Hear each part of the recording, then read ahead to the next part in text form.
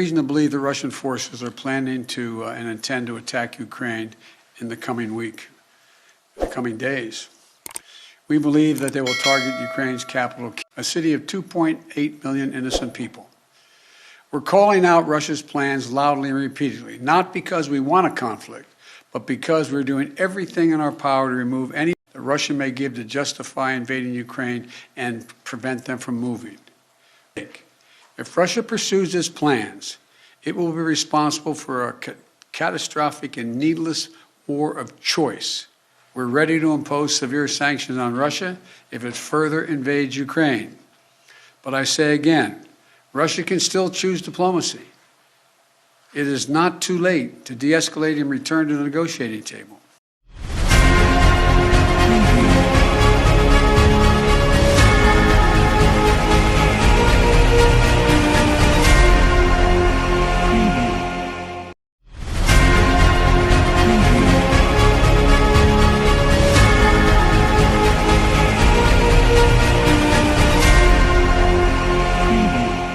Biden says he's convinced Moscow has decided to attack, with Kyiv as a target, adding that diplomacy remains a possibility. President Biden said Friday he's convinced Russian President Vladimir Putin has decided to invade Ukraine and that he expects an attack in the coming days, with targets including the Ukrainian capital, Kyiv. U.S. officials said a Russian attack could involve a broad combination of jet fighters, tanks, ballistic missiles and cyberattacks, with the ultimate intention of rendering Ukraine's leadership powerless.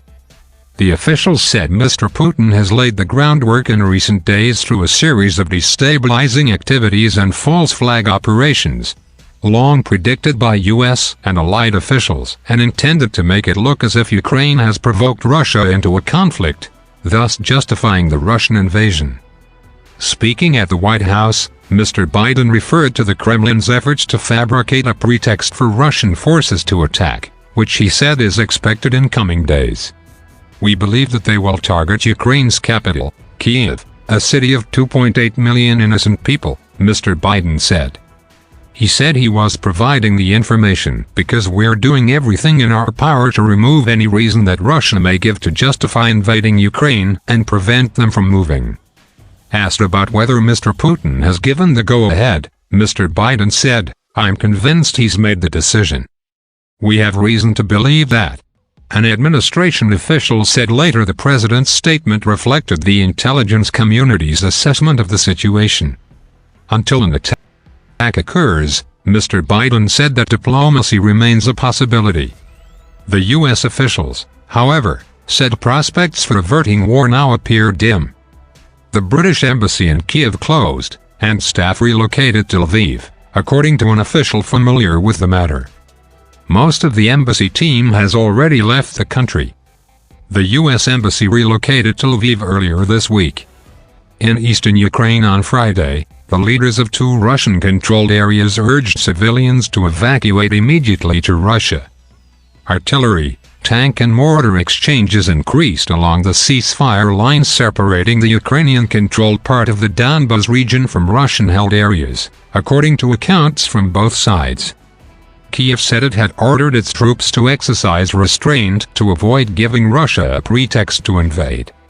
Russia has now amassed between 169,000 and 190,000 military personnel near Ukraine and in Crimea, up from a force of 100,000 on January 30, Michael Carpenter, the U.S. ambassador to the Organization for Security and Cooperation in Europe, said in prepared remarks to a security conference on Friday. "This is the most significant military mobilization in Europe since the Second World War," said Mr. Carpenter, who noted that the U.S. estimate includes Russian troops, Russian internal security units, and Russian-led forces in Donbas. The Kremlin and Russia's Ministry of Foreign Affairs didn't immediately respond to a request for comment on Washington's assessment. Ukrainian officials have said in recent weeks that the U.S. is exaggerating the imminence and potential scale of an attack. U.S. officials said that the Russian buildup has grown to 125 battalion tactical groups, up from 83 such groups earlier this month, plus as many as 6 special forces brigades. Roughly 40% to 50% of Mr. Putin's total force near Ukraine is in attack positions, according to the officials, poised for what many intelligence officials say is likely to be a major onslaught over the next week.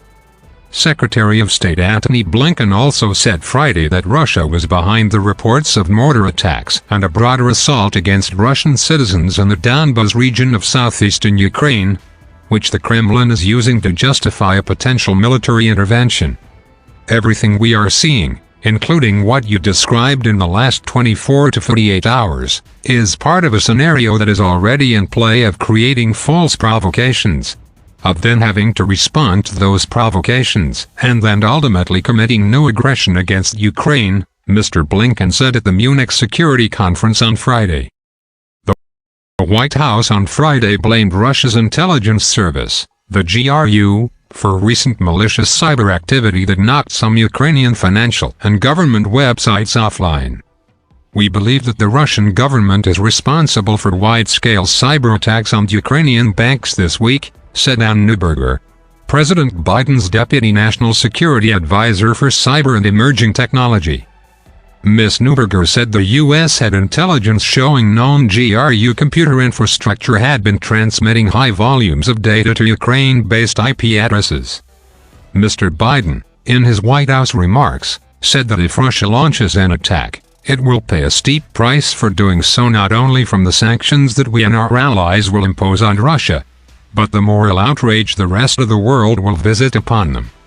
Those sanctions would target Russia's largest financial institutions and state-owned enterprises, while export controls would be aimed to damage Russia's aerospace, defense and high-technology sectors, Deputy National Security Advisor Dileep Singh told reporters.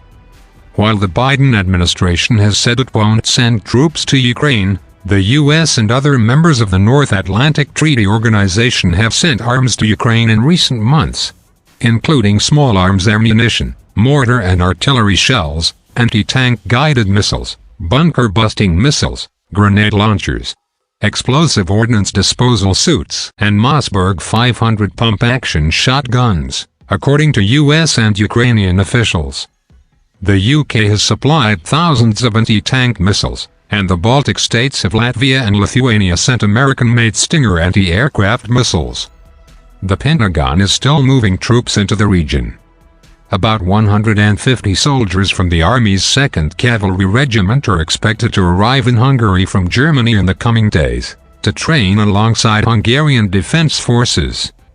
The Pentagon has deployed roughly 5,000 troops to shore up NATO's eastern flank and to assist in a potential evacuation effort.